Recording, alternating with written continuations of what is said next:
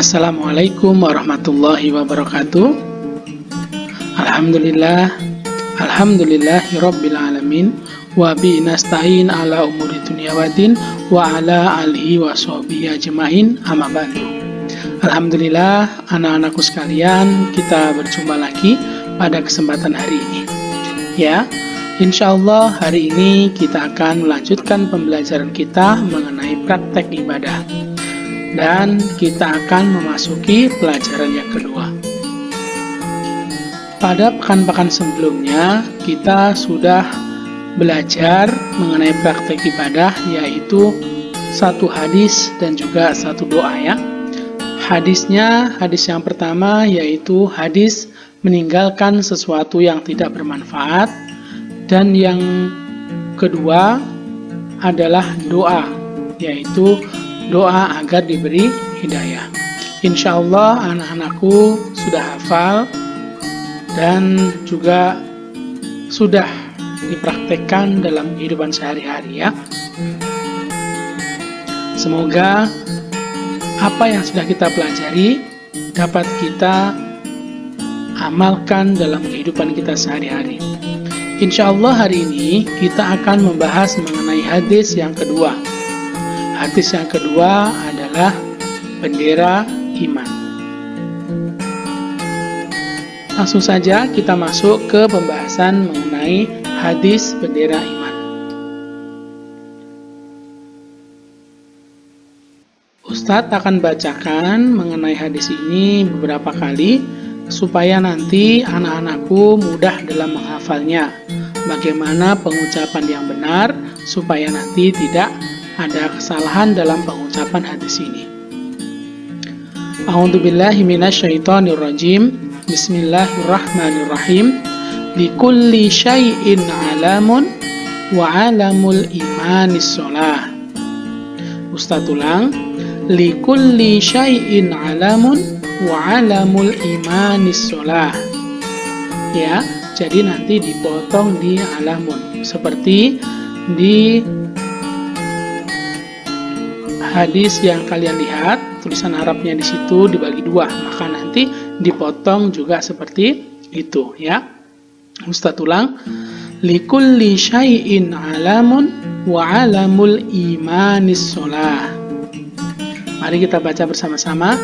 Likulli syai'in 'alamun wa 'alamul imanis shalah. Sekali lagi. Likulli syai'in 'alamun wa 'alamul imanis shalah. Ya, jadi seperti itu. Atau kalau anak-anak nanti mau menggunakan nada umi juga boleh. Likulli syai'in 'alamun wa 'alamul imanis shalah. Begitu juga boleh. Monggo mana kira-kira yang nanti dianggap mudah ya. Nah, selanjutnya kita akan bahas mengenai arti hadis ini ya. Jadi seperti apa artinya? Likulli syai'in 'alamun wa 'alamul imanis shalah. Artinya likulli segala sesuatu. Syai'in memiliki, alamun. Alamun itu bendera atau tanda. Wa 'alamu dan bendera atau tanda al-imani, orang yang beriman, as-shalah adalah sholat. Jadi likulli syai'in 'alamun, segala sesuatu memiliki bendera atau tanda. Wa 'alamul imanis shalah, dan bendera orang beriman adalah sholat. Ya, Ustaz ulang. Likulli syai'in 'alamun wa 'alamul imanis shalah. Segala sesuatu memiliki bendera, dan bendera iman adalah sholat. Ya, nanti ketika kalian mau setoran hadis ini, maka caranya adalah hadis bendera iman. Likulli syai'in 'alamun wa 'alamul imanis shalah. Artinya segala sesuatu mempunyai bendera, dan bendera iman adalah sholat. Kayak gitu ya. Ustaz contohkan sekali lagi. Hadis bendera iman. likulli syai'in alamun wa alamul imanis sholah. Artinya, segala sesuatu mempunyai bendera, dan bendera iman adalah sholat. Ya, nanti kira-kira begitu. Nanti sudah kalian hafal, maka nanti segera setorkan hafalan kalian. Insya Allah hadis ini pendek dan mudah untuk dihafal ya. Nah, sekarang kita akan masuk apa sih makna di hadis ini. Jadi, likulli syai'in alamun, segala sesuatu mempunyai bendera atau tanda. Wa alamul imanis sholah, dan tanda orang beriman adalah mengerjakan sholat. Jadi tanda orang beriman itu ialah mengerjakan sholat. Maka jika ada orang yang mengatakan dia beriman tapi tidak mengerjakan sholat, maka itu imannya belum sempurna. Ya, jadi imannya belum sempurna. Sempurna apa? Ya, sesempurnanya orang beriman itu mengerjakan sholat.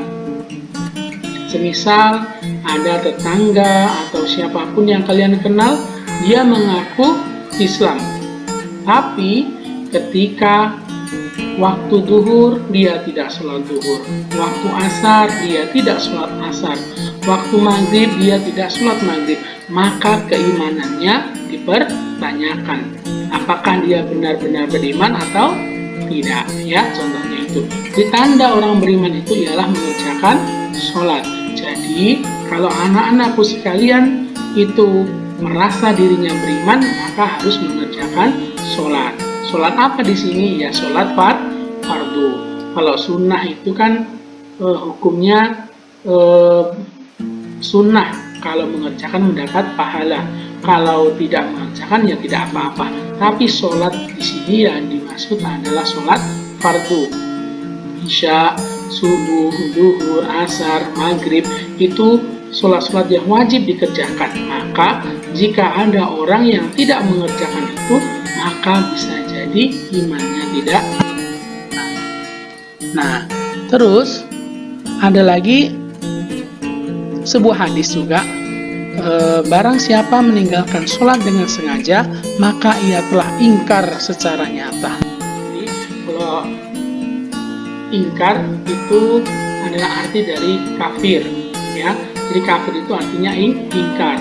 Tapi di sini bukan kafir yang besar. Maksudnya kafir besar itu kafir yang menyekutukan Allah dan lain-lain sebagainya. Tapi ini termasuk kafir juga, tapi kafir yang kecil. Tapi ya meskipun kafir kecil, ini sangat berbahaya, karena nanti dengan kita meninggalkan atau orang yang meninggalkan sholat, maka lama-kelamaan itu pun nanti juga kadar keimannya akan berkurang. Jadi ketika terus berkurang, maka nanti dia tidak cuma ingkar, tapi menjadi orang kafir benar, ya, kafir secara nyata. Maka anak-anakku sekalian, jangan pernah meninggalkan sholat. Nah, hadis ini Ustadz ambil dari kitab Lubabul Hadis karangan Imam Jalaluddin As-Suyuti, ya. Jadi insya Allah hadis ini sahih, ya. Nah, mengenai sholat ini, anak-anakku jangan pernah meninggalkan sholat, ya. Yang penting adalah sholat fardu. Jangan pernah meninggalkan sholat. Kenapa? Karena sholat adalah amalan yang pertama akan dihisab nanti di akhirat. Jadi ketika kita nanti sudah dimatikan oleh Allah SWT, datang hari kiamat dan kita dikumpulkan di padang mahsyar, kita akan dihisab, akan dihitung amalnya, maka amal yang pertama akan dihitung adalah sholat. Kalau kita tidak mengerjakan sholat, nanti pahala kita sangat sedikit, ya.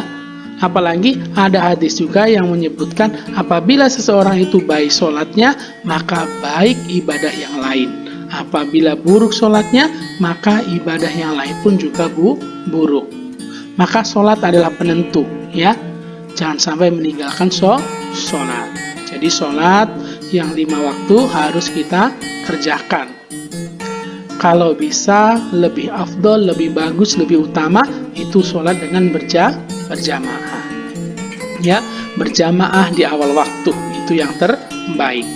Tapi kalau mungkin ada anak-anakku sekalian yang kira-kira tidak bisa mengerjakan sholat berjamaah atau tidak bisa di awal waktu, maka kerjakan segera mungkin. Jadi ketika sudah, oh ini masih sibuk, oh ini masih dalam perjalanan, nanti maka harus tetap mengerjakan. Jadi tidak boleh tidak mengerjakan sholat, ya. Itu hadis yang kita pelajari hari ini, ya. Tadi hadisnya likulli syai'in alamun wa alamul imani sholat. Ya, segala sesuatu mempunyai bendera dan bendera iman adalah sholat. Baik, anak-anakku sekalian, terima kasih. Mungkin itu pembelajaran kita hari ini. Semoga dengan kita menghafal dan mengetahui hadis ini, kita menjaga sholat kita. Kita menjaga sholat kita sebagai tanda iman kita kepada Allah, ya. Jadi tetap dijaga imannya dengan mengerjakan sholat 5 waktu. Syukur-syukur ditambah dengan sholat sunnah. Baiklah, itu saja yang Ustaz sampaikan. Apabila ada kurang lebihnya Ustaz mohon maaf. Wallahu muwaffiq ila aqwamit thoriq. Wassalamualaikum warahmatullahi wabarakatuh.